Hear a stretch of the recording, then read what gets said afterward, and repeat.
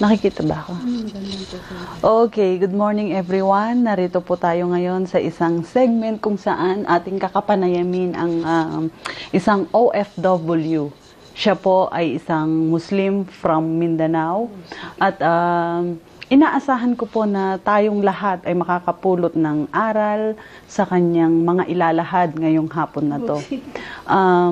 Pakinggan po natin ang pagpapahayag ng saloobin, damdamin ng isang ina, isang kaibigan, at isang kasambahay, katulong dito sa Saudi Arabia. Ate, good morning. Good morning ba? Good afternoon? Good afternoon. Okay. So, bumati ka muna sa ating mga televiewers, sa mga nanonood, sa mga kaibigan, kahit sino. Dali. Hi, mga kabayang Pinoy. At mga kabayang may mga anak at may pananagot sa buhay. Okay. Ate, ilang taon ka na dito sa sa Saudi? Actually, magta 3 years na. 3 years. Yes. 3 years dito sa amo na to. Oo. Pero yung unang-unang sabak mo dito sa Saudi, na mag-abroad pala, I should say. Unang-unang punta ko rito noong 1991. 1999. Okay. Ano ang mga na-experience mo nung unang mga taon,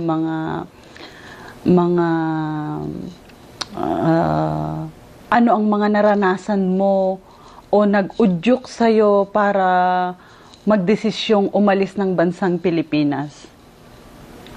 So,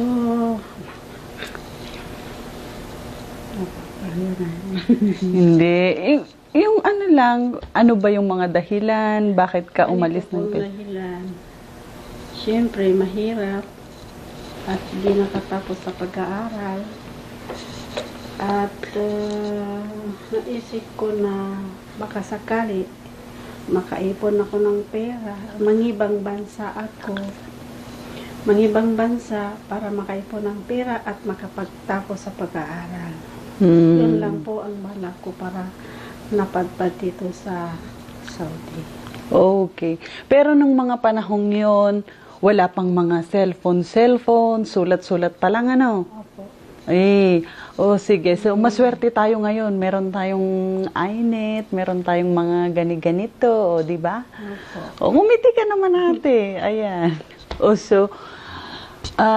Sa loob ng mahabang panahong, 1991, tapos, 1999, sorry. Tapos hanggang ngayon, natupad ba yung mga pinangarap mo o yung mga inasam mong dapat mangyari sa pag-alis mo sa Pilipinas? Ito po. Yung iba po natupad, pero yung pangarap ko po tungkol sa sarili ko na babalik sa school, hindi po yun natupad dahil mahirap din talaga. Hindi nagkasya ang pera, kahit ano man ang pag-iisip ko na bumalik sa school at ituloy ang pinag-aralan, wala akong magawa. Dahil mahina nga ang konsumo. Ibig mo sabihin, maliit ang sweldo. Ibig sabihin, maliit ang sweldo, hindi nagkasya sa plano. So ngayon, bumalik naman ako ulit.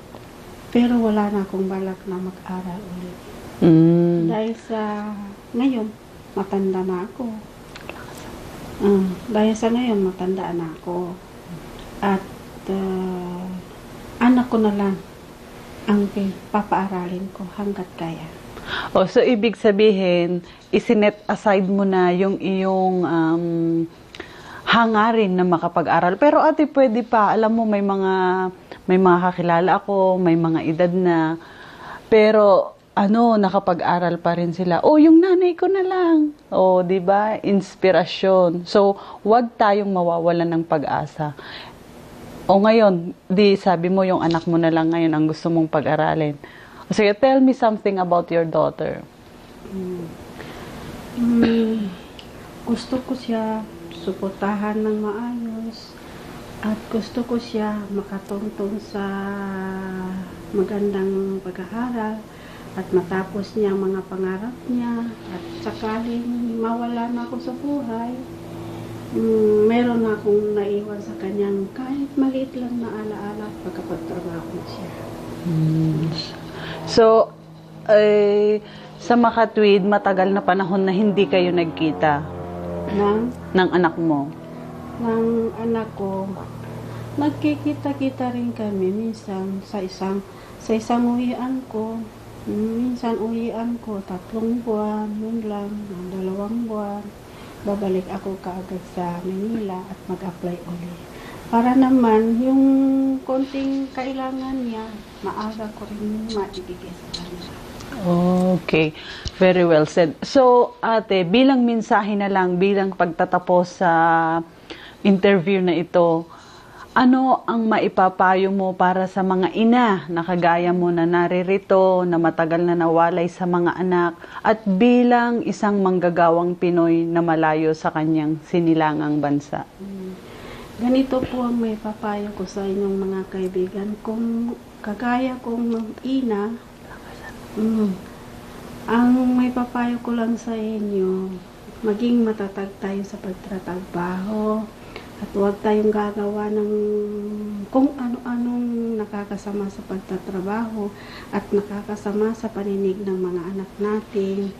At isipin natin, pumunta tayo dito para makahanap ng pera at masuportahan sila at makatapos sila sa pag-aaral. Yun lang po ang payo ko sa inyong mga kasama ko na may mga pananagutan sa buhay. Okay. At yan po mga kaibigan, ang ating panayam kay Miss Sara Sampulna. I hope may napulot kayong aral sa ating panayam ngayong hapong ito, nagbabakil pa. At ang nakita ko lang na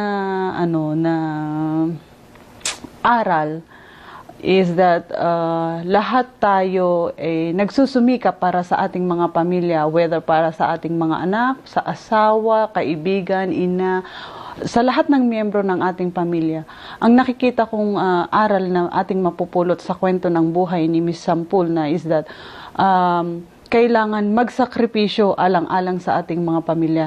Siya, ipinagpalit niya ang kanyang hangarin bilang gusto niyang makapag-aral, pero isinantabi niya yon para sa pangarap ng kanyang anak na masuportahan. Siya ay isang dakilang ina at isang dakilang manggagawa. Maraming salamat po at hanggang sa muli, magkita-kita pa rin po tayo dito sa ating programang Made in Heaven.